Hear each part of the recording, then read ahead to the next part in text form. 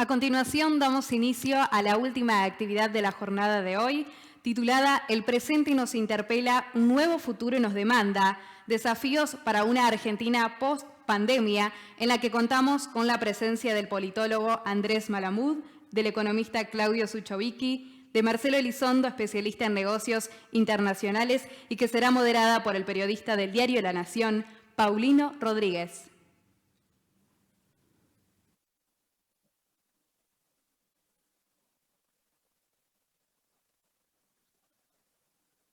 Muchísimas gracias, estaba muteado, perdón, suele ocurrir, les pido disculpas. Bienvenidos a todos, es la frase de la pandemia, estamos muteados, aunque parece que estamos dando vuelta a la página, veremos si eso es cierto.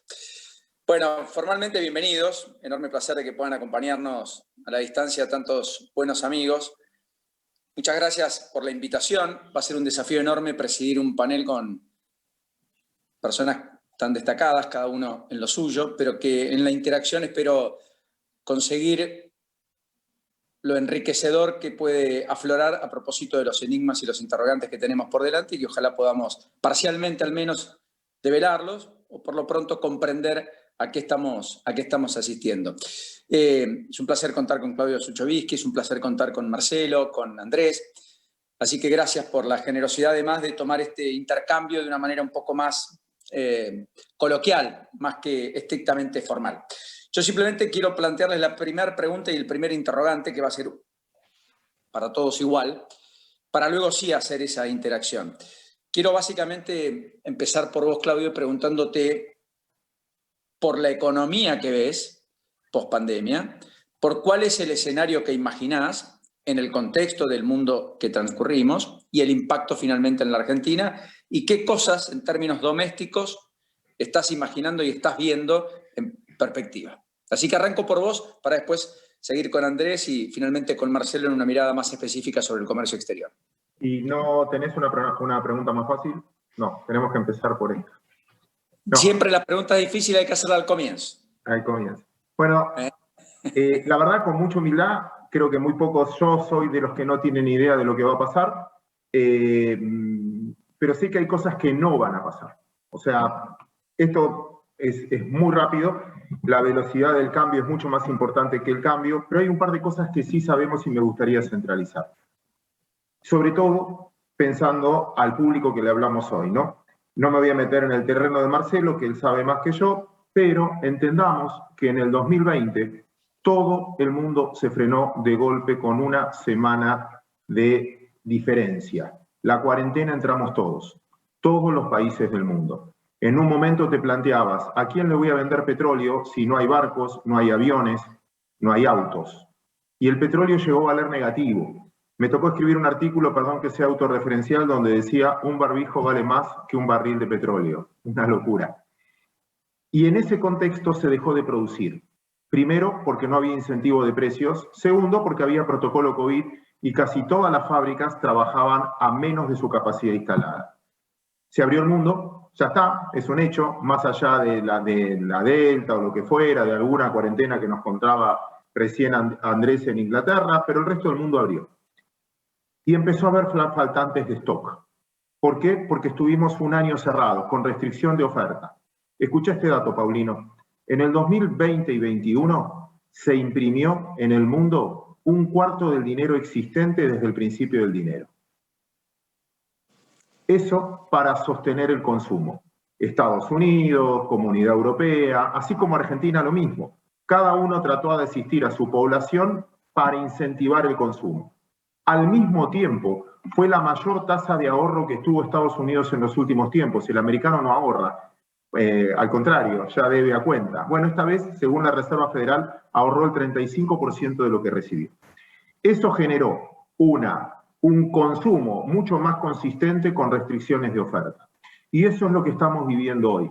No hay entrega de autos en Estados Unidos, no hay chip en este caso, y creo que eso nos pone en un escenario inflacionario en algún punto, y como dice la Reserva Federal, pero sin miedo, porque esto es la misma suba de precios, motiva que aumente la producción. ¿Qué importa esto de lo que estoy diciendo en Argentina? Dos factores. El primero, En el 2021 no hubo demanda de dinero porque las fábricas estaban cerradas. A partir de ahora hay una demanda de dólares. La tasa de interés hace 2 semanas a 10 años valía 0,90. Hoy vale 1,63. Eso es fortaleza del dólar. ¿Qué habíamos vivido hasta ahora? Subía el trigo, los bitcoins, el maíz, la soja, bueno, no es que subía todo. Bajaba el dólar por exceso de emisión y por restricción, en este caso, de oferta. Ahora vamos a ver el escenario contrario. Suba del dólar y en ese contexto que ya lo estamos viendo, no estoy diciendo nada nuevo, caída de algunas materias primas que actuaban como reserva de valor, pero ahora tengo demanda genuina. Segundo factor que sabemos, China. Te cuento 2 casos. Quizás salió en los medios Evergrande, ¿no? Que es la gran empresa constructora que tiene un pasivo parecido al PBI de la Argentina, que quebró. La acción vale el 1% de lo que valía hace 2 años. Ya no es el problema que haya quebrado esa compañía. El problema es quién le prestó a esa compañía. Y cuando haces el listado de los acreedores de esa compañía, te empezás a preocupar un poquitito. Pero eso no es un solo caso. Alibaba, que hoy subió 5%, vale la mitad que hace un año. Y Amazon vale el doble. Reflejando un problema que sí me parece central para la Argentina. En el 2020 y 2021, como China fue la primera economía que salió adelante, revalorizó el yuan contra el dólar, y eso es, con menos dólares compraban más materias primas.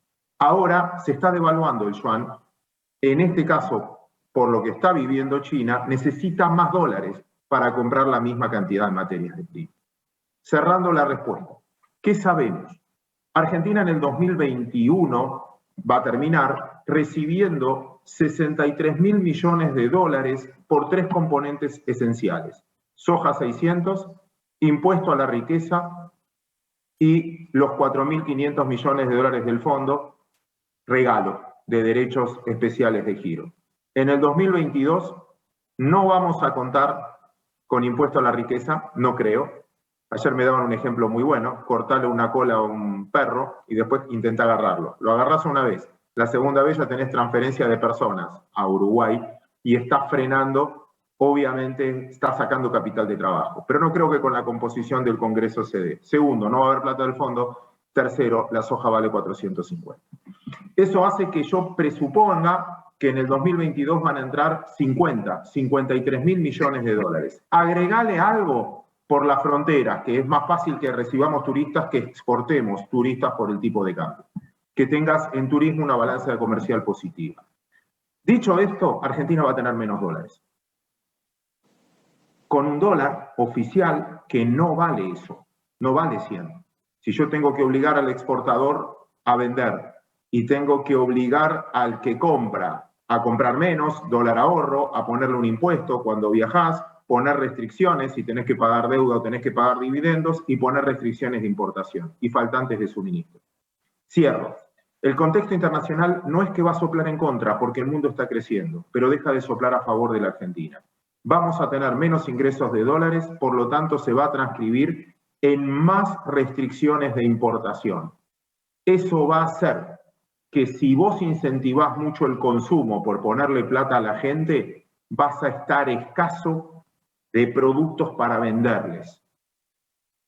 Falta de suministros es el principal problema que tiene la mayoría de las industrias. El que produce cristales, hoy leía con atención ese mundo, el otro día me tocó estar en tu lugar en un evento de legumbres y el principal problema que tiene el mundo de las legumbres ya no es siquiera culpa del gobierno, es que no es negocio descargar contenedores en el puerto de Buenos Aires porque es como los vuelos, si no sale gente porque tenés limitadas las exportaciones, no me conviene que lleguen vuelos y después no vuelven. Bueno, los contenedores no están llegando y ellos dicen que tienen que exportar al puerto, tienen que ir por el puerto de Santos porque o es mucho más caro lo que cuesta el flete hoy por ese problema de logística.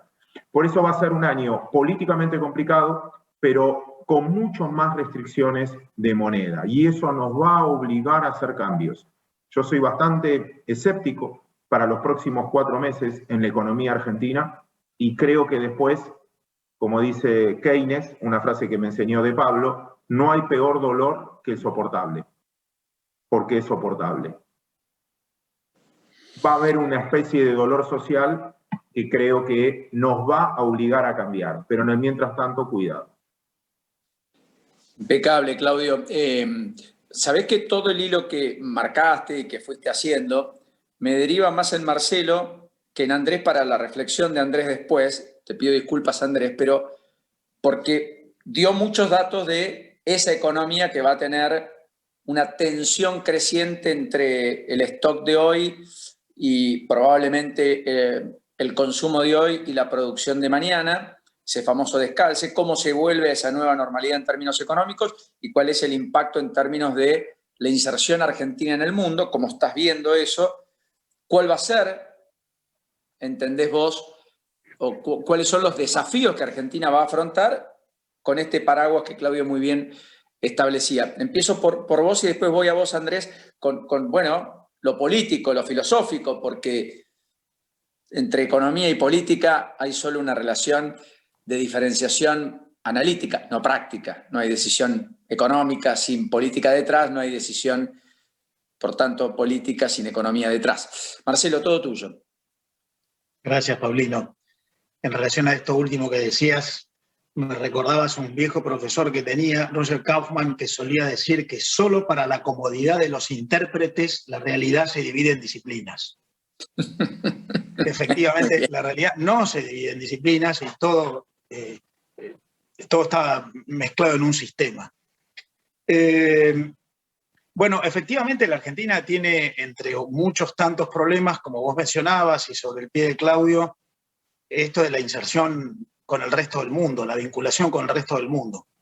A mí me parece que ese es un problema estructural, no es un problema coyuntural. Es cierto que en el corto plazo padecemos la escasez de dólares. La verdad es que la Argentina solo accede a dólares financieros, entonces tiene dólares muy volátiles, porque no tiene dólares comerciales, los flujos de inversión extranjera directa en la economía real son muy bajos, en materia de servicios somos deficitarios. Si tuviéramos dólares de esos que vienen y se hunden, que por lo menos o por razones prácticas o estratégicas permanecen por más tiempo, entonces tendríamos menos volatilidades. Pero los únicos dólares que tenemos son los comerciales. Y entonces aparece esta obsesión por los superávits comerciales que hay en la Argentina, que no los hay en muchos lugares del mundo. La Argentina es un país con una enorme dificultad para la relación con el resto del mundo. Exportamos muy poco, apenas 14% del Producto Bruto promedio en los últimos años. Vos pensás, Paulino, que el mundo exporta el 30% de lo que produce, Latinoamérica exporta el 22, 23% de lo que produce, la Argentina aproximadamente el 14%, incluyendo bienes y servicios.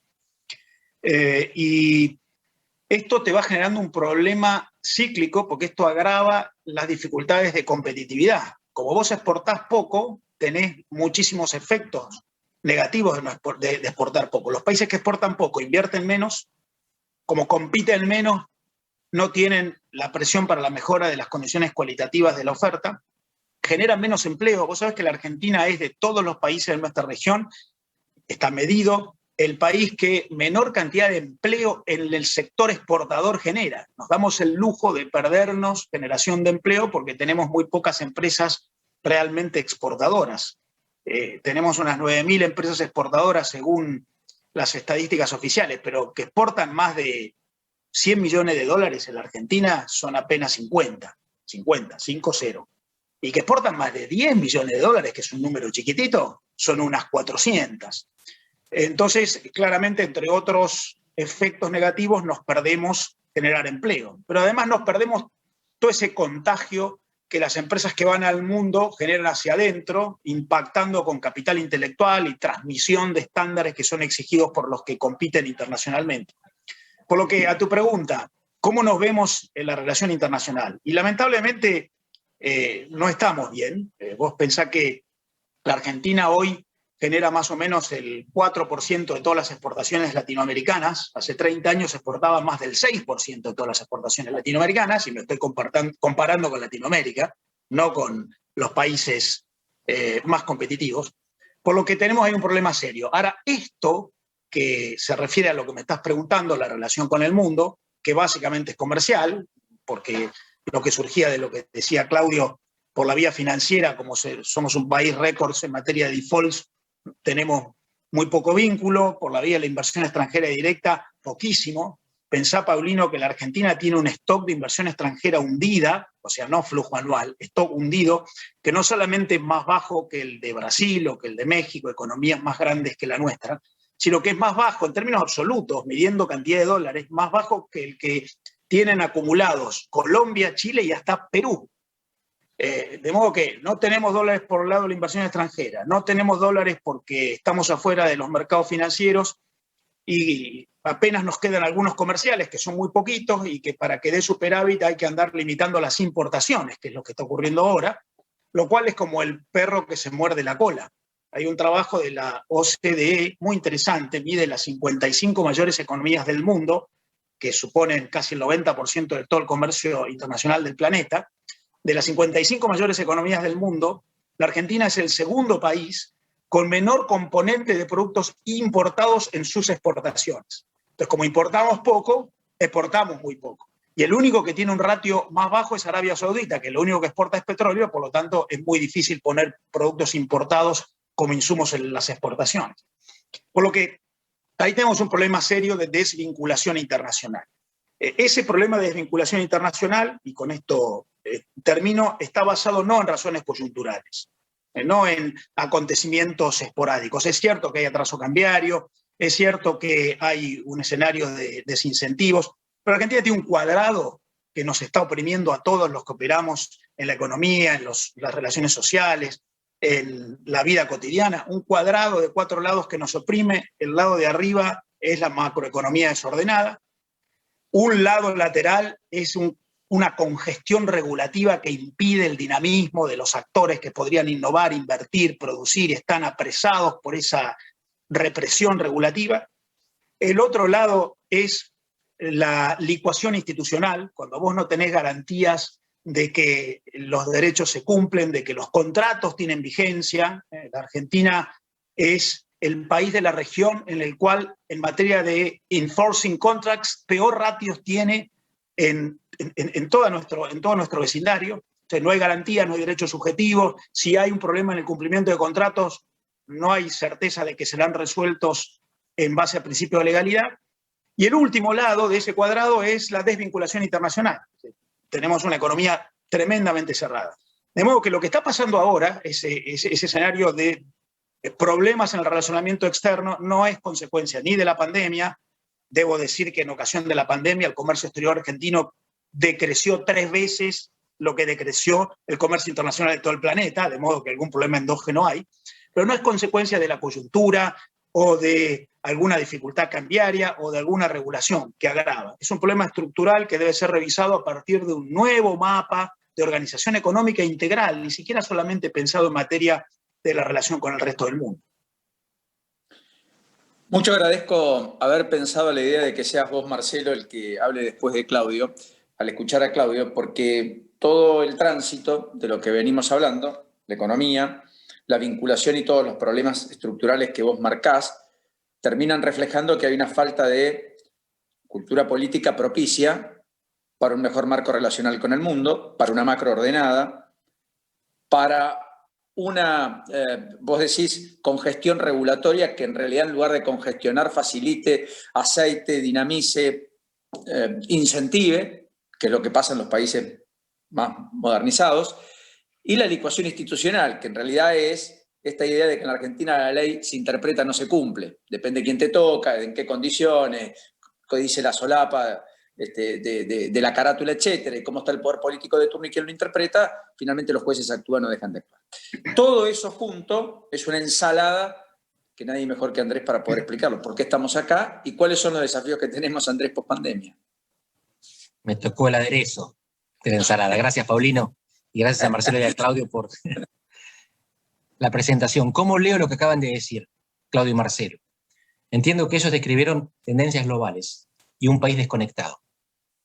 Esas tendencias globales son, por ejemplo, el dólar que se valoriza o el mundo que vuelve a exportar, mientras que Argentina sufre la valorización del dólar y exporta menos que los demás. Estamos más cerrados, estamos más lejanos, segundo empezando de abajo en todo, decía Marcelo.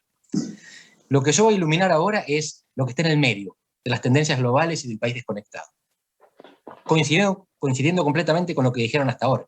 Pero lo que voy a sugerir es que en el medio hay toda una corriente de divergencia, bifurcación, disociación, desacople, desglobalización. Agréguenle el des a la palabra que les guste más. Y Argentina, en el fondo, lo que hace es flotar en una de esas, como la lengua de la víbora, en uno de los extremos de esa lengua, de un mundo que se está bifurcando. ¿Qué quiero decir con bifurcación? Ya Claudio nos daba una idea.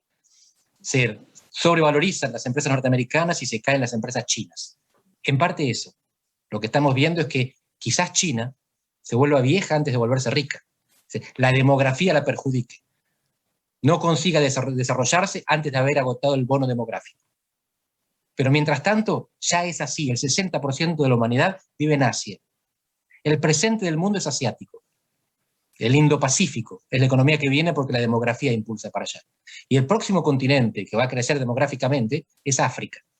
Dentro de 20 o 30 años, en 2050, África va a tener, ya tiene tanta población casi como la India o como China, y pronto va a tener muchísima más. ¿Cuánta población es esta? Vamos a simplificar. De cada 5 seres humanos, 1 es chino, 1 es indio y 1 es africano. Nosotros 2 somos todo el resto de Asia, Europa, América.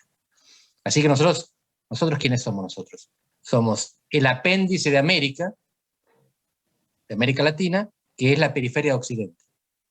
Somos la periferia de la periferia. En parte las cosas que nos están pasando, la desconexión, tiene que ver con esto, que no es solamente geografía, es estar también lejos económicamente, pero hay chances de conectarse estando lejos. La geografía no te condena, condiciona las posibilidades, pero uno se puede adaptar, como Australia, Nueva Zelanda, Chile o Uruguay. Y acá quiero traer la cuestión de la divergencia, de la bifurcación al interior de América Latina, porque por un lado puede ser el desacople entre China y Estados Unidos. Ya no hay globalización quizás, porque estos países van a hacer onshoring, van a traer para cerca de sí las empresas que habían permitido que se instalen cerca del otro, para redundancia, para seguridad, para pagar un costo extra y tener un riesgo menor. Pero lo que estamos viendo es que esa bifurcación se da en todos lados. En América Latina, muy simple. Uruguay y Venezuela.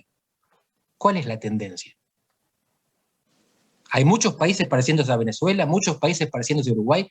No, podríamos decir que son casos desviados. Pero después, dentro de esos casos desviados, podemos encontrar a Nicaragua como Venezuela. Y podemos encontrar a Costa Rica como Uruguay. Y es imposible imaginarse cosas más diferentes, ¿verdad? Uruguay es estable, macroeconómicamente y políticamente. Venezuela perdió 6 millones de personas en los últimos 5 años. 95% de los venezolanos son pobres. Y 5% es ultra rico. Ni hablar del sistema político. En Europa también está pasando esto. No con la economía, sino con la política. Por supuesto que en Grecia las cosas todavía no están brillantes, pero está creciendo, vuelve a crecer. Como los países nórdicos. Pero hay 3 países que se están tornando autoritarios. Polonia y Hungría, ya prácticamente, Eslovenia está tecleando. Nunca lo hubiéramos pensado esto. Tiene una cláusula democrática en la Unión Europea que los habilita a suspender a un país que deja de ser democrático. Si hay un golpe de Estado en un país de la Unión Europea, en uno de los 27, los otros 26 lo pueden suspender. Pero tienen que votar todos juntos. Nunca se les ocurrió que pudiera haber el veto cruzado. Si hay 2 países que dejaron de ser democráticos, no se puede sancionar a ninguno, porque el otro veta la sanción. Están desesperados, no saben cómo hacer. Y uno de los partidos que está llevando a estos países hacia el autoritarismo está asociado al Partido Popular Europeo, al partido de Rajoy, que hoy en España está mucho más a la derecha que con Rajoy, pero al partido de Angela Merkel. Son partidos democráticos en la mayor parte de los países, pero se tornan autoritarios en algunos. ¿Por qué digo esto? Porque las tendencias que marcaban Marcelo y Claudio son completamente ciertas. Pero junto con las tendencias globales, tenemos tendencias a la desglobalización. Al mismo tiempo, en simultáneo y a veces en los mismos territorios. Y en Argentina lo estamos viendo por adentro. ¿En qué sentido se está bifurcando la Argentina? ¿En qué sentido vemos divergencias en nuestro interior? ¿Qué significa divergencias? Que a algunos argentinos les va a ir mejor y a otros les va a ir peor. De maneras radicalmente distintas. Porque Argentina era una sociedad inclusiva, cohesionada, que vivía sobre todo del salario. Era una sociedad del salario, los asalariados sindicalizados votaban sobre todo al peronismo, las clases medias votaban sobre todo al no peronismo, y más o menos agrietados nos ordenábamos en 2. Pero fuimos perdiendo gente. Fuimos perdiendo gente hacia la informalidad. Y este es el concepto que quiero acentuar. La informalidad es cuando uno sale del mercado laboral formal, redundancia, y ya no tiene garantía de ingreso. Y la informalidad en Perú llega al 70%, en Argentina está superando el 40%, en Uruguay es bastante menor. De nuevo, bifurcación. En Perú es lo que hizo que la cuarentena no fuera efectiva. La gente tenía que salir a ganarse la diaria, a comprar comida todos los días. En Argentina vamos camino a eso, a otro paso. Pero tenemos 40% de pobres y tenemos organizaciones sociales que tomaron el lugar de los sindicatos y subsidio que tomó el lugar del salario. Sigue habiendo asalariados en Argentina, pero mucho menos que antes. Sigue habiendo clase media en Argentina, pero mucho menos que antes. Hay un tercer sector que no consigue acceder al mercado formal y quizás nunca lo consiga porque no tiene las habilitaciones, porque a los 50 años ya perdieron el tren. Porque aunque cobren cero su mano de obra, nunca serán contratados, porque no consiguen hacer el trabajo para el que se los requiere. Y esto hace poco fue noticia, cuando algunas empresas automovilísticas trataron de contratar, automotrices, trataron de contratar gente en el norte de la provincia de Buenos Aires y no conseguían la formación secundaria necesaria. Eso es divergencia, eso es bifurcación. Y termino con esto. La informalidad está pasando en América Latina, no está pasando en Europa, no está pasando en Estados Unidos. El rebote económico que se da en América Latina y en Europa y Estados Unidos es diferente. En Europa hay precariedad, que no es informalidad. Precariedad significa que tengo un contrato que se acaba en 5 años o en 3 meses, pero tengo un contrato. Soy un empleado formal. En América Latina estamos perdiendo la formalidad. El ministro chileno que descubrió que la cuarentena no había funcionado porque la gente vivía hacinada y él no lo sabía. Era un ministro de salud que ya renunció. Bueno, si vamos camino a la informalidad, tengo la mala noticia que está muy asociada en América Latina con la criminalidad. Porque los que contratan en negro son las mafias. Porque dan empleo cuando la gente necesita ingresos. Y las mafias en América Latina están sobre todo relacionadas con los tráficos ilegales. De drogas, de armas, de personas, contrabando, mercado secundario de bienes robados. Lo que está pasando en Rosario no es una excepción, es una avanzada. Ya pasa en Uruguay, que tiene una tasa de criminalidad de homicidios, el doble que la Argentina. Ni hablar de México y Brasil, que sextuplican nuestra tasa de homicidio. Y ese es un problema. Porque si miramos al mundo y queremos agarrarnos de él, a lo mejor nos estamos agarrando de la manija incorrecta, porque estamos andando en la dirección opuesta. Y esto es lo que tenemos que tener cuidado. Cuando nos conectemos con el mundo, ¿cómo qué nos conectamos? ¿Como proveedores de droga?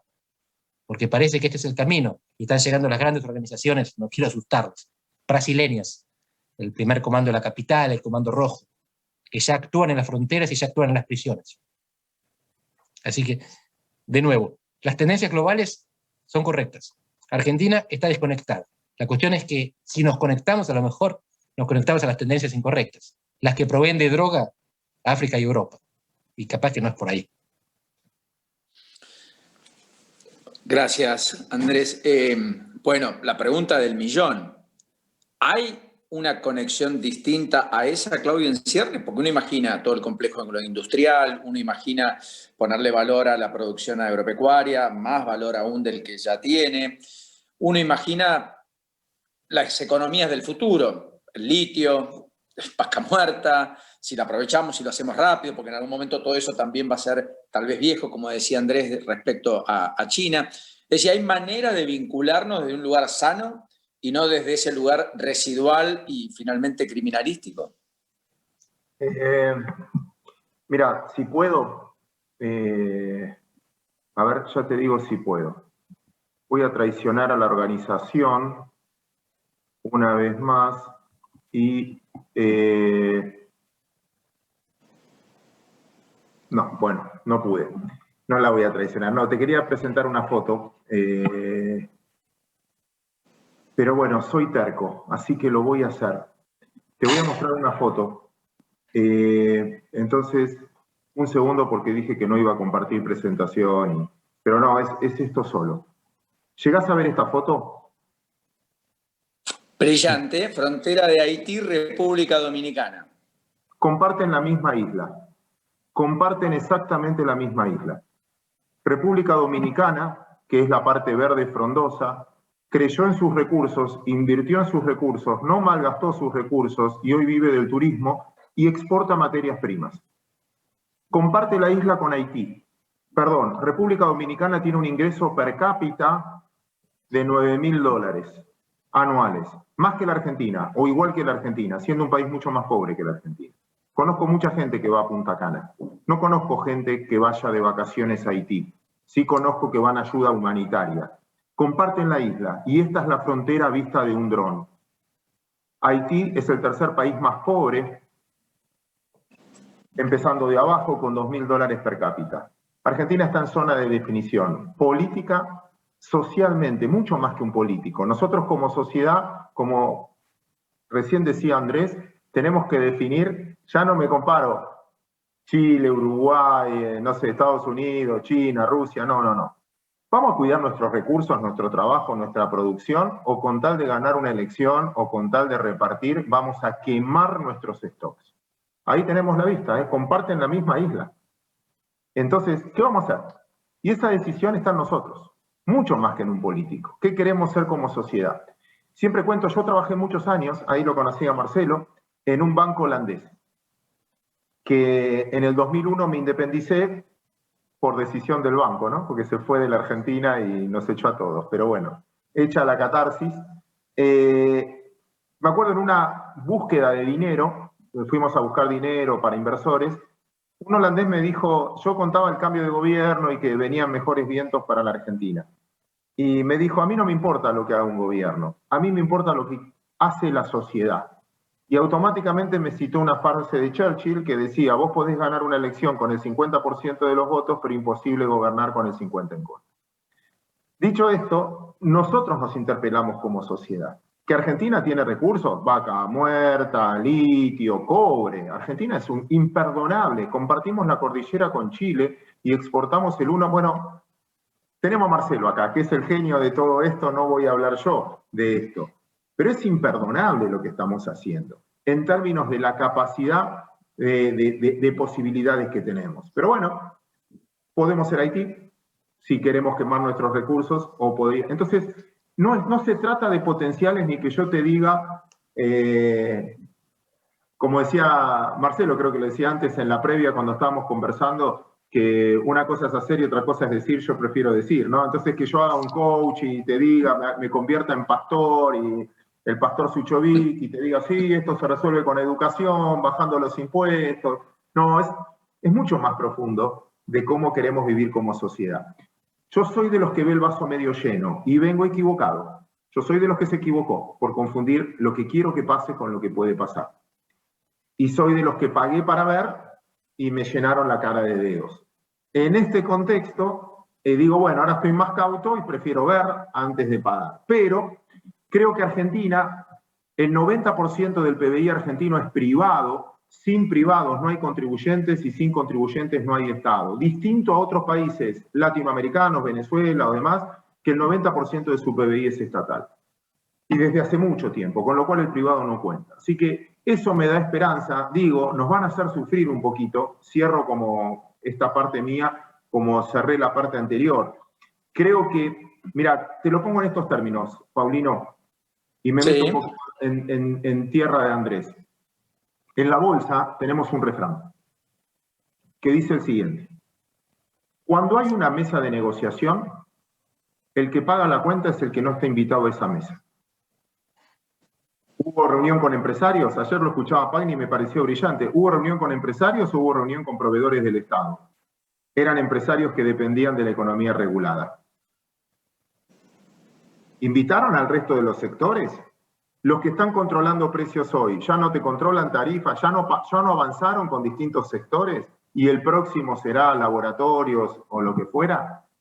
Es casa tomada, vienen por uno, después por otro, después por otro. Esto es evidente. Entonces, ¿qué te dicen en la bolsa o qué nos enseñan en la bolsa? Lo que tenés que hacer desesperado es sentarte en esa mesa de negociación. Si no, crecen tus chances de que pagues la cuenta. Entonces, ¿qué tenés que hacer para sentarte en la mesa de negociación? De un lado constructivo, demostrar lo importante y necesario que sos, y si no lo sos, mostrar poder de daño, que podés romper todo. Entonces, hoy son 10.000 piqueteros, mañana 30.000 piqueteros, después menos, como explicaba Andrés, porque son menos los con trabajo formal sindicalistas. Después vendrá alguna provincia diciendo, ojo que yo te bloqueo todo, vendrá un camionero, ojo que yo... solo para estar en esa mesa. Y yo creo que es lo que vamos a vivir estos 4 meses. Porque después va a haber una mesa de negociación. Porque si no es inviable para todos, creo que se suicidan todos. Es ir a un modo mucho más complicado. Por eso insisto que no tengo ni idea de lo que va a pasar porque van a sacudir el árbol. Y hay que mantenerse en pie. Me encantó la analogía, pero me permito preguntarle a Andrés, y ya voy a vos, Marcelo,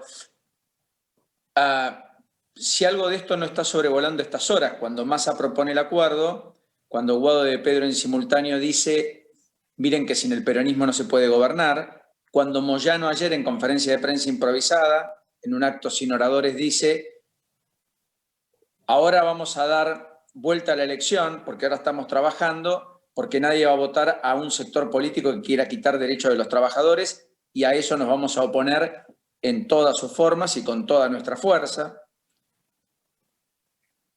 Hoy, la COPAL emitió un comunicado inédito quejándose de la prepotencia del oficialismo, del gobierno, de la imposibilidad de negociar, etcétera, pese a que los que estaban sentados son todos aquellos que tienen un brazo regulador muy fuerte por parte del Estado y que penden de un hilo con decretos, resoluciones administrativas, etcétera, para vender más o menos productos. Pregunta que te hago del millón, Andrés. ¿El abismo es el que va a generar cierta cuota de sensatez o ni siquiera el abismo? Porque en el 2001 fue el abismo al final del camino. Esa es la hipótesis de Eduardo Fidanza, Paulino. Porque en general hay 2 opciones. La opción de la victoria y la opción del acuerdo. La opción de la victoria es aquella que vienen buscando los 2 competidores de 1945 en adelante. Ganar e imponer. El problema es que cuando uno lo consigue, en democracia hay alternancia. Y la inversión tiene un tiempo de maduración. Y por lo tanto, si vos ganás ahora y estás un mandato, estás 2 mandatos, no te alcanza para erradicar al otro. Y el otro eventualmente te va a ganar. Y entonces cuando el otro te gana, revierte lo que vos hiciste. Si ninguno puede ganar e imponerle al otro un proyecto de país, porque hay un empate, porque los 2 tienen poder de bloqueo, porque los 2 tienen 40%, la solución es el acuerdo. Se sientan los 2 y entregan algo a cambio de obtener algo. Entregan algo en el corto plazo, se entrega algo en tiempo presente para ganar algo a futuro, para ganar algo colateralmente. En negociación uno puede obtener beneficios diferidos o beneficios colaterales. Todos tienen que entregar algo, porque si no, no hay acuerdo posible. Pero no para perder, para producir más, agrandar la torta y quedarse con una porción más grande el día de mañana. Pero eso necesita garantías, porque mañana queda muy lejos. El abismo es lo único que nos hace pensar que puede no haber mañana. Y entonces, ante el temor, nos sentamos a acordar. Pero en 2001 nos sentamos abajo del abismo, después de habernos caído. A veces uno calcula mal, porque piensa, bueno, como el chicken game, cuando uno está en un auto encarando otro auto pensando que el otro se va a asustar primero y se va a desviar.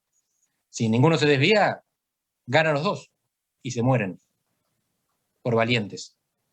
Ese es un dilema, uno de los famosos dilemas de la acción colectiva. ¿Qué es lo que se puede hacer entonces? El problema es que no está claro. Y te lo doy con nombres y apellidos. Las 2 estrategias dentro de Juntos por el Cambio. Después de la experiencia de Macri, algunos entendieron, las palomas, que no se podía intentar imponer, que había que ganar con el 50% y gobernar con el 70%. Hace unos días lo dijo Rodríguez Larreta de esta manera. Hay otros que piensan que no se puede acordar con los que están enfrente porque no quieren cambiar lo que está. Son los que defienden el statu quo. Es un acuerdo para mantener lo que está, no tiene sentido. Es para cambiar o nada. Y por lo tanto quieren ir a quebrar. Después de este resultado en las PASO, el peronismo se tornó derrotable, ya era. Superable en términos de veto. El peronismo sacó el 30%. Con 30% no puedes bloquear reformas. Y si en noviembre repiten o empeoran, entonces se van a preguntar incluso las palomas, ¿para qué voy a hacer un pacto con Schiaretti si le puedo ganar a Schiaretti? ¿Para qué voy a hacer pacto con los peronistas que gobiernan las provincias si esas provincias las puedo gobernar yo en 2023? Y esto es un problema. Puede salir bien, de nuevo. Todos los que juegan a la victoria creen que les puede salir bien. Creen que esta vez van a ganar y se van a mantener. Y no va a haber reversión del resultado, no va a haber reversión de las políticas. Todos piensan lo mismo y los ciclos duran cada vez menos. El de los Kirchner duró 12 años. El de Macri duró 4.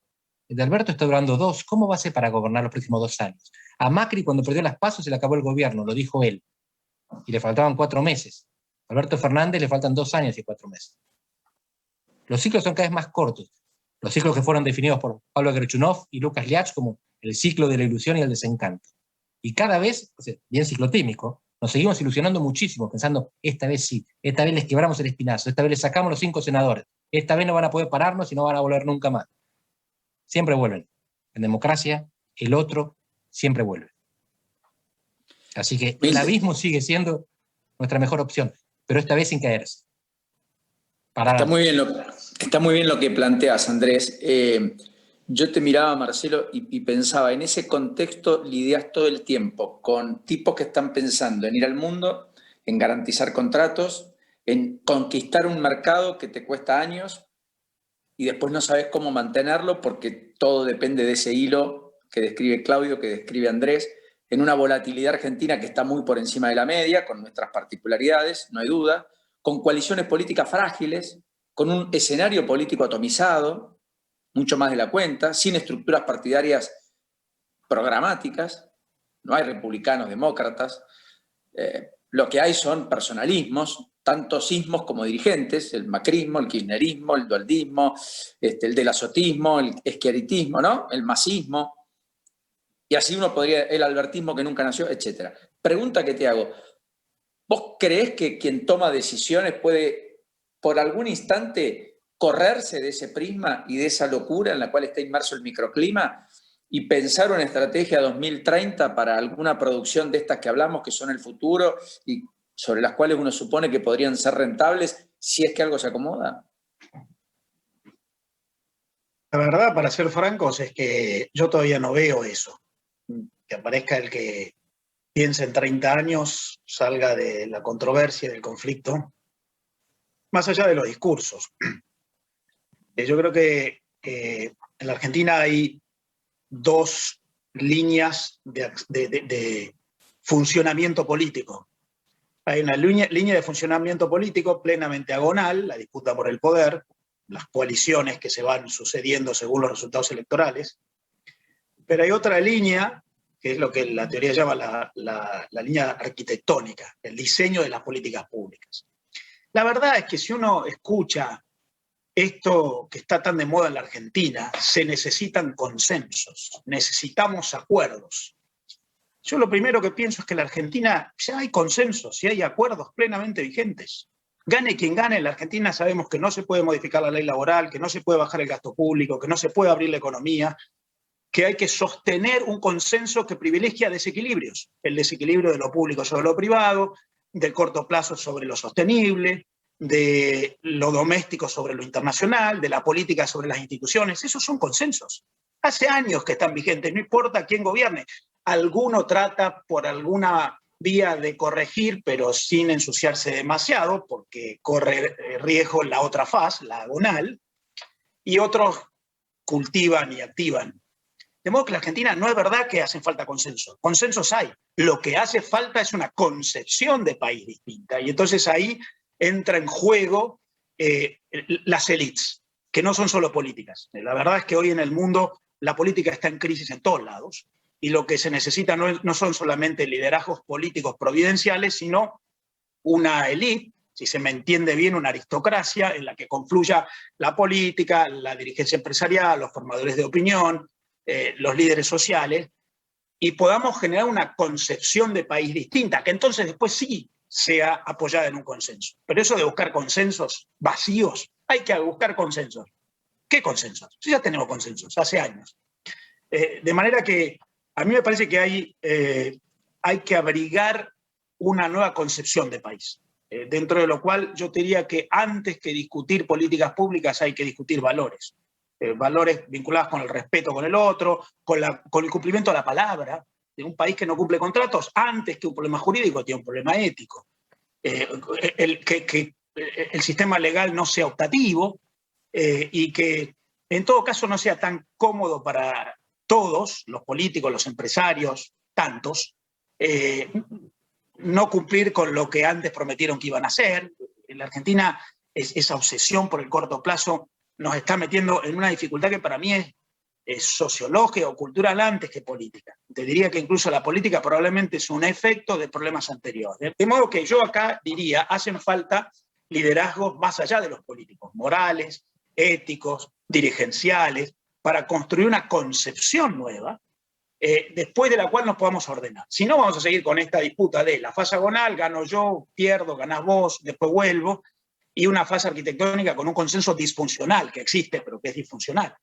Probablemente ese consenso disfuncional de los desequilibrios, de los que yo hablaba recién, lo público sobre lo privado, lo doméstico sobre lo internacional, el corto plazo sobre el largo plazo, la política sobre las instituciones, desequilibrios, probablemente eso se va a caer solo. El problema es que si se cae solo, nadie construyó la salida del atolladero, y entonces ahí, bueno, como decía Andrés, el abismo. Me parece que hay que advertir que no se puede seguir jugando, que hay menos margen, y entonces ahí sería bueno empezar a pensar en una agenda, y esa agenda hay que legitimarla. La debilidad de la palabra en la Argentina es ancestral. Si yo les decía lo que iba a hacer, no me votaban, dijo Menem. Miren lo que yo hago y no lo que yo digo, decía Kirchner. Ese juego de la debilidad de la palabra que el resto del mundo no entiende, porque el resto del mundo trata de creer que vos vas a hacer lo que decís, te genera enormes problemas reputacionales hacia afuera y la imposibilidad de construir cualquier sendero común hacia adelante. Por lo que yo diría, me parece que antes que consenso, una concepción, que esa concepción sí debería ser lo más común posible, lo más consensuada posible, pero el consenso es un instrumento. El consenso sin la concepción me parece que no tiene mucho sentido, y creo que el problema no es solo político, ni siquiera solo económico, es de un modo de organización. Yo te diría, antes que Mitre o que Urquiza, necesitamos un Alberdi, un tipo que desde afuera diga, mira, estas son las bases, y consiga adhesiones y gente que adhiera y legitime y construya los pilares. Y él después no fue presidente, pero generó un modelo y funcionó 30 años o 40. Muy interesante lo que decís. ¿Sabés que me acordaba de la película El Verso? No sé si la vieron. Me puse un poco bien, me agarró el viejazo. Pero El Verso es muy descriptiva, porque la película es toda una descripción de la Argentina. El Verso, como idea. También los dichos populares era, el cura decía lo que yo digo, no lo que yo hago. Y en su defecto está el Martín Fierro, hasta amigo del juez. Lo que yo digo es, está bien, esa es la idiosincrasia. Esa ventajita, ese efecto de ir por el atajo permanente, esa individualidad exacerbada en lugar de lo colectivo, es constitutiva y es nuestra. Eso se puede cambiar, Andrés, se moldea, digamos, con ejemplaridad, eso puede cambiar o no cambiar, porque finalmente uno tiende a pensar que el sistema es todo un sistema, yo comparto con Marcelo, que tiene consensos, son estos, y esta es la Argentina, y punto. Y no se puede ir contra otra cosa. Entonces la pregunta es, ¿se puede moldear con ejemplaridad, con 200 funcionarios que sean seguidos por 20 jueces, por 50 empresarios, por 6 dueños de medios, no sé, que creen ese clima o no? Ayúdame. Esa es la pregunta clave, Paulino, y la respuesta es afortunadamente positiva. Por ejemplaridad, como vos sugerís, ahora vuelvo a ella, por experiencia y por incentivos. Y empecemos con los ejemplos. Yo vivo en Portugal, acá al lado está España, un poquito más allá está Italia. Ellos no son nórdicos, culturalmente vienen de la misma matriz que nosotros, y son países desarrollados. Ahora, ¿qué pasó en el medio? Pasó el fascismo, pasó Franco, pasó Salazar, hubo guerras, algunas de ellas civiles, otras coloniales, otras mundiales, y después llegó a Europa. Y le dijo, miren, si ustedes quieren integrarse a la prosperidad del centro de Europa, de la Europa occidental, tienen que cumplir con estos requisitos. Tienen que ser democráticos, tienen que ser capitalistas, tienen que tener libre comercio, tienen que respetar las leyes. Y vieron que era bueno. Tuvieron incentivos que fueron colocados de afuera por los pioneros de la industrialización, por los que inventaron el capitalismo. Europa occidental inventa el capitalismo y después lo exporta a sus colonias, Australia, Canadá, Nueva Zelanda, y a las zonas geopolíticas relevantes para ellos. Europa del Sur, Europa del Este, Asia-Pacífico. Porque tampoco es que los coreanos nacieron ricos. Hace 50 años eran pobres. Correcto. Pero eran con objetivo estratégico, como los tigres asiáticos, para las democracias capitalistas occidentales. El problema nuestro, argentino y latinoamericano, es que somos irrelevantes para las potencias desarrolladas. Nadie tiene incentivos para darnos un plan Marshall o para pagarnos una OTAN que nos proteja. Y entonces tenemos que arreglarnos solos. Y la experiencia internacional es que los países que se arreglan solos raramente se desarrollan. Por eso no hay países desarrollados en América Latina. Cuando ponemos de ejemplo Uruguay o a Chile por algunas cosas que funcionan bien, tengamos en cuenta que ellos tampoco son países desarrollados. Ni hablar del resto de América Latina. Así que Argentina hace todo mal, pero aún haciendo todo bien no tenemos garantía. Lo que quedamos es expuestos a la posibilidad de que, si se dan las condiciones, las aprovechamos. Quizás el primer país desarrollado de América Latina sea Panamá, porque está en un lugar estratégico, en el enclave del canal, porque sería el Singapur nuestro. Bueno, pero Argentina tiene que hacer las cosas bien porque, no siendo desarrollado, puede ser Haití o Dominicana. ¿Verdad? Y es mejor ser dominicana que Haití. Siendo dominicana, cualquier cosa menos un sueño, ¿eh? Sin embargo, estas son las opciones. La ejemplaridad es fundamental y acá hay que tocar el tema. Una de las peores cosas, de las cosas que peor nos hizo en los últimos tiempos, es la fotografía de Olivos. Hay peor manera de imaginarse la defraudación de la confianza pública que un presidente diciendo te voy a meter preso si haces esto, mientras hace esto y te lo esconde. Más corrosivo que lo que hizo Alberto Fernández no hay. Mi impresión es que su imagen, su reputación es irremontable. Y lo que más necesitaba Argentina para salir era, con incentivos y con experiencia, ejemplos. Y no los tiene. Lo de la experiencia es muy sencillo. Si ahorramos, ¿quién ahorra en pesos en Argentina? Cuando fue la crisis en Portugal en 2011, yo saqué mis euros, los pocos que tenía del banco portugués, y los puse en un banco alemán. Porque pensé que nos íbamos como de la convertibilidad, yo había pasado por eso 10 años antes. Los portugueses me miraban y no entendían. Y algunos que me vieron hacer eso sacaron su plata de un banco y lo pusieron en otro banco, también portugués, porque no entendían que el sistema bancario era lo que peligraba y no los bancos individuales. Y porque no sabían lo que podía pasar, no lo produjeron. La ignorancia los salvó. En Argentina, la experiencia nos hunde, porque sabemos que tenemos que correr, porque sabemos que no podemos ahorrar en pesos. Por eso tenemos el 10% de los dólares circulantes en el mundo. El problema es que tenemos experiencia. Y ahora va la segunda parte y termino. Hay países que son como nosotros que se desarrollaron. Tuvieron la buena decisión de situarse en Europa. Pero los argentinos que salen al exterior cumplen la ley. Cuando venimos a Portugal, Estados Unidos, Inglaterra, no hacemos las cosas que en Argentina se pueden hacer. Evadir, eludir, tirar papeles en el piso, pasar en amarillo, rojo. Porque acá no se puede, porque los incentivos funcionan, porque te sancionan. Y eso es bueno, significa que el problema argentino no es genético. No lo llevamos adentro. Lo metemos en la cabeza porque aprendimos a partir de malos ejemplos y malos incentivos. Pero tenemos solución. O sea, como el planteo filosófico lo dice, los hombres no son ni buenos ni malos. Las sociedades los convierten en mejores o peores. Exactamente. Por lo tanto, está muy bien. Ahora, en ese contexto, Claudio, yo sé que sos un tipo optimista. Mi psicólogo decía que el optimismo era ser negador de la realidad, por lo tanto sigo en terapia para tratar de verla, pero no importa. Cualquiera de los casos me dijiste, me choqué, pagué para ver, me llenaron la cara de dedos. Recuerdo algunas charlas no hace tanto tiempo. Estabas muy envalentonado con la idea de un salto cualitativo de la Argentina. Siempre hablaste muy bien del mercado bursátil. Siempre dijiste que eso era una inversión que a la postre, a la corta o a la larga, siempre tenía rentabilidad y utilidades. Sos un defensor del mercado de capitales, que es muy chiquito en la Argentina, etcétera, algo que no es masivo. ¿Cómo pasás por la zaranda todo lo que dice Marcelo, lo que acaba de pregonar y decir Andrés, lo que todo el mundo un poco siente? Traducímelo, ¿qué sentís? Ya no 4 meses. Poné la perspectiva en 2025. Hay un auditorio que tiene inversiones, que hace cosas, que, en fin, que proyecta. Acepto el desafío. Primero, un lujo estar acá, chicos. Es un lujo en serio, ¿eh? No les estoy chupando las medias, pero qué placer es escucharlos. Creo que voy a pagar yo. Esta vez los honorarios los voy a tener que pagar yo porque es un lujo esta forma y Paulino lo está llevando bárbaro. Estoy tratando de suavizar tus preguntas. Te lo pongo en estos términos, en mi idioma, el único idioma que conozco, que es el idioma del mercado, el idioma de los precios. Los mercados se adelantan.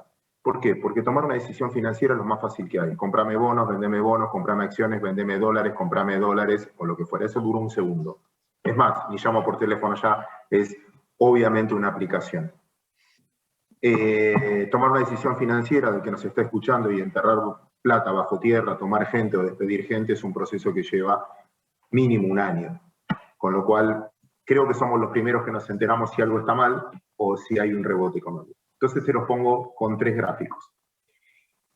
3 chiquitos. Primero, hay algo que me llama la atención, que cada vez que pasó hubo una disrupción política. Y como muy bien dijo Andrés, los tiempos se acortan.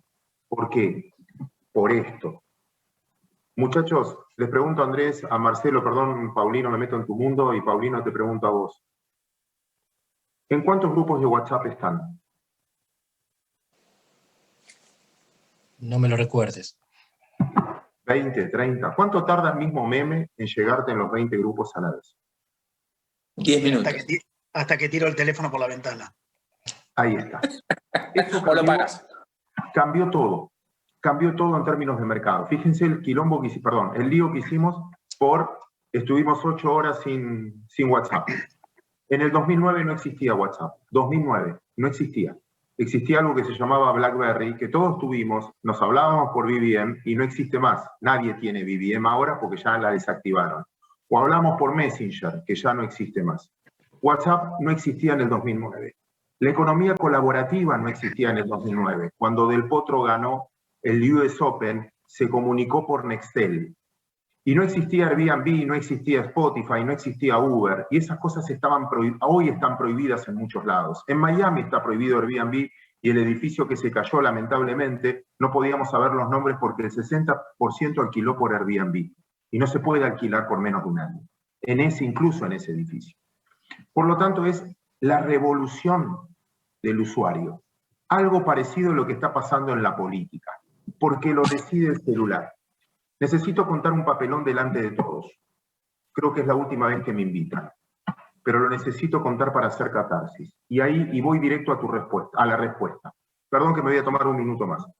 En el 2019, cuando se dieron las PASO, la bolsa cayó 70% en un día. Nunca hubo en la historia, un mercado que caiga 70% en un día de punta a punta. A ver si entienden.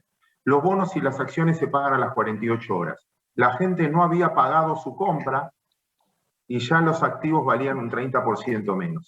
Todos decían, van a quebrar porque no se puede liquidar esa operación. El tipo que te viene a pagar no va a ir a pagar. Bueno, por suerte se liquidó y pasó adelante. Pero necesito contar este papelón. Hubo un meme, hay un WhatsApp que era sacar la guita del banco. Sacar la guita del banco, algo parecido a lo que contó Andrés. Entonces todo el personal de la bolsa me pidió al otro día libre, el martes, para sacar la guita del banco. Yo los senté a todos y les dije, grave error, es más seguro el banco que su casa. En su casa le pueden afanar. En los bancos, miren, yo les voy a mostrar, cotizan en bolsa y ya no pueden prestar dólares. Esto no es el 2001. Entonces, Paulino, ¿dónde tenés la plata? En el Banco Macro. Mira, acá tengo el balance. Y vos, Andrés, ¿dónde tenés la plata? En el Banco Galicia. Mira, acá tengo el balance. Tiene la plata líquida, está acá. La tiene porque es blanca, no la tiene ni siquiera prestada. Y Marcelo, ¿dónde tenés la plata? En el Super... Bueno, y así fui banco por banco. 20 minutos me llevó esta explicación. 20 minutos. Todos los bancos repasé. Chicos, ¿qué hicieron los chicos después de escucharme? Sacaron la plata. Se fueron todos corriendo al banco. Yo me quedé solo, frente al pizarrón, diciendo, che, ¿no será profecía autocumplida? ¿Qué hice yo, Paulino? Sacaste la plata. ¿Sirve la verdad? ¿Sirve tener los fundamentos? ¿Sirve tener la información? Estamos en el horno, muchachos. Hoy eso habilita un cambio que la política hoy creo que no ve, porque el usuario decide. Entonces, ¿a qué punto me quiero aferrar? Y repito, debe ser un error de nuevo, porque yo soy de esos que se equivocan lo que quiere que pase con lo que puede pasar. Los datos que tengo, únicamente. ¿Pasó esto ya en Argentina? Sí, con 3 gráficos. 1, tasa de inversión en Argentina. Estás en el mínimo histórico. ¿Qué significa? Argentina ya no puede crecer, porque por más que incentives la demanda, no tenés rutas, no tenés puertos. Es como que compre un auto y no le haga el service, no le cambie el aceite y no le ponga nafta buena o no infle los neumáticos. No me va a arrancar por más nuevo que sea el auto. Por lo tanto, estamos en el mínimo de inversión. ¿Pasó esto? Sí. ¿Cuándo? 62. Los invito a todos los que están escuchando a revisarlo. Estoy seguro de lo que digo. 62, 75, Hácenlo con movimientos políticos. 82, 89, 2001, 2015. 2014, 2015. La falta de inversión genera, ¿por qué se genera? Por un déficit fiscal infinanciable. Entonces dejan de hacer obra pública. ¿Qué tiene Argentina? Un déficit fiscal del 4% del PBI que no puede financiar porque nadie está dispuesto a financiarlo.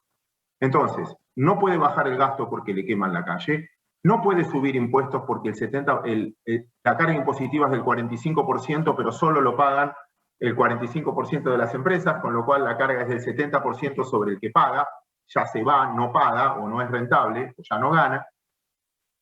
Entonces se cae la obra pública, incluso en la Ciudad de Buenos Aires, dejan la obra pública. Como dejan la obra pública, se da el tercer proceso. ¿Cuándo pasó esto? Máximo de déficit fiscal en la historia, 75, 82, 89, 2001, 2015, y ahora que es menor que el año pasado, pero es infinanciable. Tercer gráfico. ¿Cómo reacciona Argentina? ¿Puede bajar el gasto o no? ¿Y qué hace? Lo licúa. ¿Y cómo lo licúa? Devaluando. Pasó esto, el dólar más caro de la historia argentina, 75. Rodrigazo. Todos hablan de Celestino Rodrigo, pero estuvo 20 días en el poder. El tema es lo que vino antes, el congelamiento de precios de la Gran Gelba. Correcto, correcto. 76 empezó la plata dulce. 80, 4 años después tuvimos el dólar más barato de toda la historia argentina. Se hicieron películas, ¿no? Plata dulce, DM2, etc. 82, Lorenzo Sigol, que apuesta al dólar pierde. 85, 3 años después, un austral valía más que un dólar. Y el mismo gobierno viró y de gris pum pasamos a Surruil. Se creó el plan austral. Siempre los planes buenos se lanzan en abril y los planes malos en verano, me diría mi profesor Felipe de la Balse, por el ciclo de dólares. Plan de convertibilidad, caída de la convertibilidad, plan austral, plan primavera. 89, segundo dólar más caro de toda la historia. 91, convertibilidad. 2 años después, el segundo dólar más barato de toda la historia. 2001, enero del 2002, el dólar de 1 a 4. Después estuvo 7 años debajo de 3, con superávit fiscal y superávit comercial. ¿Por qué? Porque Argentina tenía un gasto público que era el 25% del PBI, recaudando poco ya tenía superávit. Después, ahora tenemos un 50% de gasto público. Y veníamos de 10 años sin inercia inflacionaria. Hoy, la generación de nuestros hijos, Paulino, creo que vos tenés los hijos más chicos de los que estamos acá, bueno, Andrés no sé, pero Marcelo, nuestros hijos nunca vivieron sin inflación. Nuestros hijos no saben lo que es una FJP y ya son el 50% de la población argentina. Cierro. Siempre la devaluación licúa el salario. Como licúa el salario, destruye el gasto. Entonces empiezan a mejorar las cuentas globales con más pobreza. Entonces se normalizan las cuentas y arrancamos de nuevo. Por eso digo que en marzo, yo soy de la teoría que algo va a pasar. O el mismo gobierno, o lo que fuera, lo vi con un, por cábala no lo puedo nombrar. Argentina tuvo un presidente de patillas que empezó con un equipo económico y al año y medio tuvo otro equipo económico. El mismo tipo que privatizó y levantó la mano para nacionalizar todo. Yo no sé, ¿ustedes vieron algún político que cambie de opinión alguna vez en Argentina? Yo creo que los escuchás hablar ahora y parecen liberales todos. No, hay que hacer... ¿Por qué? Porque tienen la habilidad de escuchar lo que la gente quiere escuchar. Entonces, para mí el dunga-dunga es inevitable. Va a provocar ese dolor que te va a obligar a cambiar, que va a ser social. Los mercados ya se adelantaron. El dólar no vale 190 el blue o 186 el blue por la foto de hoy, por el miedo a la foto de mañana. Mi casa vale lo que vale, no por la foto de hoy, por el miedo a la foto de mañana. Mi salario vale lo que vale, no por la foto de hoy. Entonces, los mercados ya se adelantaron. De hecho, si ustedes miran los mercados, hace bastante tiempo hizo piso. Ya acá hicieron piso. Es como diciendo, algo va a pasar, prefiero estar activado. Perdón lo largo a mis compañeros del panel, pero ya está. Desahogué todo. Es maravilloso el raconto histórico que hiciste, Claudio. Sigo y recojo el guante de lo que decías. Definitivamente es un placer escucharlos. La impresión que vos tenés es que el mercado tocó fondo, que finalmente todos descontaron que algo bueno o algo va a ocurrir, no importa si bueno o malo, pero que más al fondo de lo que estamos no vamos a estar. Por lo tanto, vos tenés la impresión de que muchos descuentan que no hay caída en el abismo. No hay 2001, en términos de lo que hablábamos con Andrés. Si yo te muestro un segundo, un gráfico de los mercados en el 2001, el mínimo no fue en enero del 2002. El mínimo no fue en diciembre, fue en septiembre. Correcto. Después de la elección, de la medio Después de término. la elección. Y a partir de ahí dijeron, bueno, algo va a pasar, quiero ver el partido dentro de la cancha. A estos precios, muchachos, aprovechando que están acá, solo aprovechando que están acá. Quiero, lo último que digo y cierro mi participación hoy. Aprovecho que hay mucha gente y tienen buen poder adquisitivo. Vendo mi auto. Quería aprovechar este momento para decir, necesito vender mi auto. Tengo un Mercedes-Benz modelo 2019, lo vendo. Y quizás Andrés me dice, Claudio, en Argentina no me sirve, y Marcelo y vos me dicen, no, Claudio, con la inseguridad, con lo que hay que pagar de patentes, ni loco te lo compro. Yo te digo, pero mirá, no lo usé, estuvo en pandemia, no tiene kilómetros recorridos, lo tengo intacto. Claudio, no te lo voy a comprar. Pero Paulino, lo vendo en $2.000. Dámelo, me vas a decir. Después veo. Bueno, la Argentina es tan barata, pero tan barata, que siempre la avaricia, hay un punto donde la avaricia le gana al miedo. Ahí sí me callo. Marcelo, dame tu impresión final. Lo primero que se me ocurría en relación a lo que dice Claudio, el Dunga Dunga viene, es que si eso es así, yo creo que sí, porque hay demasiadas inconsistencias. Nosotros tenemos dos opciones, o una mera corrección de la nominalidad, o armar una cosa nueva, un espacio nuevo, un pacto de convivencia y de organización nuevos. Otra vez lo que yo digo, la concepción de país. Porque acá corres el riesgo de que corregís la nominalidad y mantenés esta economía súper interferida, estatizada, aislada, dependiente de la extrema politización, porque total viene el ajuste de precios y listo, y arrancamos de nuevo con lo mismo. Sería un error, porque además en eso la Argentina hoy está peor que 2001, peor que los 70, no sé si tanto peor que el 89, pero en ese sentido me parece que hay que generar un modelo de organización, por lo menos socioeconómico, nuevo. Y no solamente corregir la nominalidad, porque puede ser es muy tentador corregir la nominalidad y arranco de nuevo porque tengo las riendas y son más fáciles de manejar porque todas las bombas potenciales ya explotaron, entonces empiezo de nuevo.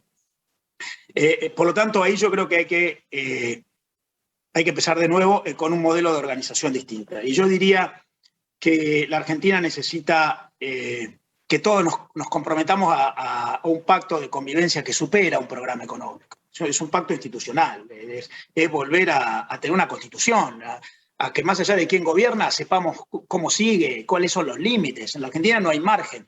Yo siempre digo, cuando me vienen a discutir los partidarios del Estado grande, lo que llama el Estado presente, me llamo el Estado presente, miren los países nórdicos. Yo, mire, hay distintos grados de presencia del Estado. Si vos podés tener un Estado muy liberal, con muy poca participación en la economía, sí, Nueva Zelanda. Ahora, hay un Estado presente de primer grado que es el Estado te da bienes públicos, te garantiza. Hay un Estado presente de segundo grado, poner un sector público muy sobredimensionado, con mucha presión fiscal y alto gasto público, segundo grado. Ahora, hay un Estado presente de tercer grado que es de sobreregulación y todo está prohibido y burocratización. Este de tercer grado es mucho peor que el de segundo grado. Y los nórdicos son países con sectores públicos muy grandes, pero con economías muy abiertas y con muchísimas empresas muy dinámicas, porque están más en el segundo grado que en el tercer grado. Y hay un Estado presente de cuarto grado, que es el de la aleatoriedad, la discreción y el absoluto capricho de quien maneja el Estado. Como dice Willy Cohen, finalmente el Estado es quien maneja el Estado. Entonces, guarda, ¿qué es el Estado presente? ¿Primer grado, segundo grado, tercer grado? Yo creo que si querés discutamos si primero o segundo grado. Yo no tengo objeciones en tener una presión fiscal alta y un sector público que contenga muchas dificultades que es la Argentina. Pero la Argentina que viene hay otros grados de presencia, la sobreregulación, el aislacionismo económico, la discrecionalidad de la autoridad pública que sobrepasa los límites de las instituciones. Eso sí deberíamos dejarlo afuera y entonces generar un pacto en el cual otra vez pase lo que está pasando en todo el mundo. A ver, en el mundo, antiguamente las grandes transformaciones, los grandes líderes, los que creaban las ilusiones, era la política. Es la caída del muro de Berlín, o la Revolución Francesa o la Revolución Americana, ahora son las grandes empresas que crean nuevos mitos. El futuro hoy lo crea la innovación que está en las grandes empresas. Por lo tanto, lo que tenemos que volver a tener es una sociedad en la cual lo que vemos que funciona, los unicornios, el país del agro muy competitivo, la cantidad de profesionales muy prósperos empiecen a prevalecer y generar una economía basada en contratos, en la prevalencia de la generación de valor, y ahí me parece que podríamos estar mejor. Pero el riesgo es que el dunga-dunga del que dice del que habla Claudio nos lleve a corregir la nominalidad y arrancar de nuevo con el mismo modelo. Y ahí nos volveremos a caer en breve. Gracias, Marcelo. Andrés, ¿me das una reflexión final? Porque definitivamente Claudio expone algo. Marcelo lo reflota. Yo te voy a jugar en el juego del politólogo, que ambos somos. Yo diría, bueno, tal vez es la oportunidad. Es la primera vez en 70 años que tenemos un peronismo desgranándose. Es la primera vez que en los últimos 20 años el cristinismo, la cámpora, etcétera, ya no interpelan al futuro, son parte del pasado. Es la primera vez que la sociedad civil se moviliza con un espíritu de supervivencia, porque ahora cree que van por ellos. La clase media nunca se achicó tanto como en estos últimos 15 o 10 años, para ser más exacto. Hace 10 años que la economía está estancada, no crece, no crea empleo, es el sector público el que lo puede, y ya no está, no hay más. Y pasó algo disruptivo, sí, la pandemia, pero a la pandemia se le agregó una foto del presidente que impedía que se haga, pero que él lo hacía, el vacunatorio VIP en la propia sede del Ministerio de Salud, cosa que no pasó en ningún país del mundo, no hay un solo caso, uno solo, que en la sede del Ministerio de Salud se haya vacunado a los amigos, que después reconocieron además, y alguno de ellos hasta dijo, bueno, yo no sé por qué son culposos si son personas que la patria tiene que cuidar, a propósito de lo que Zanini dijo de Berbisky. Entonces digo, tal vez todo eso, digo, pues por ahí la sociedad despertó. Por ahí ya los jóvenes empezaron a abrazar ideas que no tenían, por ahí ser revolucionario es estar dentro de la idea de la libertad y de vivir experiencias que sean placenteras, ¿no? Hablando de la tecnología. Y quizás, tal vez, esa clase media que miraba para otro lado y que dejaba hacer al otro, diga, no, este es el momento nuestro. Acá si no ponemos los límites, no le ponemos el cuerpo, si no fiscalizamos, si no hacemos esto, si no hacemos lo otro, nos devoran. ¿Hay algo posible de todo eso o es una cuota de demasiado optimismo que tengo que hablar con mi psicólogo? Hay algo posible, Paulino, pero primero, dunga dunga. Sí. Y parto. Lo primero que voy a comentar es algo que quizás sea polémico, así que me apoyaré en Mariana Mazzucato o Dani Rodrik. En el capitalismo hay dos motores, las empresas y los estados. Pero en Argentina el Estado es un freno. Y creo que con esto coincidimos. Es un freno. Hay que desactivar ese freno y transformar el Estado en un motor, junto con los empresarios. El problema es que mucha gente vive del Estado. Y los seres humanos tenemos aversión a las pérdidas. Las pérdidas nos duelen más que la gratificación que nos producen las ganancias. Perder $10 nos duele más que la alegría que nos produce ganar $10. Entonces nadie quiere aflojar. En los países que mencionábamos como de una cultura similar a la nuestra, pero que le fue un poco mejor, que se estabilizaron en la macroeconomía, en la política, Uruguay y Portugal, el milagro portugués, la estabilidad uruguaya, ¿cómo hicieron? Echaron población. No lo hicieron a propósito. Pero el 18% de los uruguayos vive afuera de Uruguay. Y el 25% de los portugueses, no es el 25%, el 25% de los portugueses, hay 10 millones en Portugal, 2,5 millones afuera. 3,5 millones de uruguayos en Uruguay, 600.000 afuera. Argentina sigue siendo un país de inmigración. Lo que estoy diciendo es terrible, es trágico, pero hay demasiada resistencia a los cambios, porque los argentinos estamos adentro y protestamos. Albert Hirschman, que hablaba de dos maneras de reaccionar ante la insatisfacción en una organización. Con la protesta, la voz, o con los pies, yéndome. Bueno, en Uruguay y en Portugal se fueron, y entonces pudieron hacer las reformas que eran necesarias. En Argentina hay demasiados argentinos. Y me da la impresión de que todavía no sufrimos lo suficiente como para darnos cuenta que hay que sacar ese freno, porque vivimos del freno. Y por lo tanto, lo que vivimos como una tragedia, muchos argentinos que se quieran ir, que se están queriendo ir, que esa sea la solución temporaria. Se van, hacen su experiencia, aprendemos a cumplir la ley, mientras tanto en Argentina se hacen las reformas necesarias y después volvemos. O por lo menos eso es lo que yo estoy esperando. Yo les agradezco, enormemente a los tres por haber permitido este intercambio y por haber salido un poco de la hoja de ruta original o de las ponencias tradicionales. Espero que les haya resultado tan grato como a mí y seguramente como a quienes los han escuchado primero y fundamentalmente. Quiero agradecer muchísimo a la organización y simplemente decir gracias, unas gracias enormes por ayudarnos a reflexionar, a pensar, a hablar de los desafíos, de lo que vemos, lo que visualizamos y lo que realmente sentimos cada uno, sienten cada uno, en cada uno de los ámbitos en los que se desenvuelven y de manera tan lúcida y brillante, y que lo han demostrado una vez más esta tarde. Gracias. Gracias, Andrés. Un honor. Gracias, Claudio. Gracias, Marcelo. Un gusto, gracias a ustedes, a todos. Hasta la próxima. Y a todos los que están del otro lado, enorme gusto y enorme placer. Buenas tardes.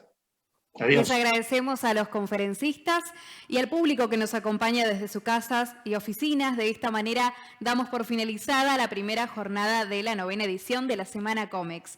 Los esperamos mañana para seguir transitando juntos este evento con la primera actividad a las 9:30 de la mañana, en la que participaremos de la conferencia Cómo hacer negocios con China y contaremos con la presencia del secretario de Comercio Exterior de Santa Fe, Germán Burcher, del presidente de la Cámara de Comercio Exterior de Santa Fe, Marcelo Perazzi, y de integrantes de la Cámara de Dalian y la Municipalidad de Dalian. Además, les recordamos que pueden seguir el programa completo de la Semana Comex en el portal web www.semanacomex.com.ar. Los esperamos.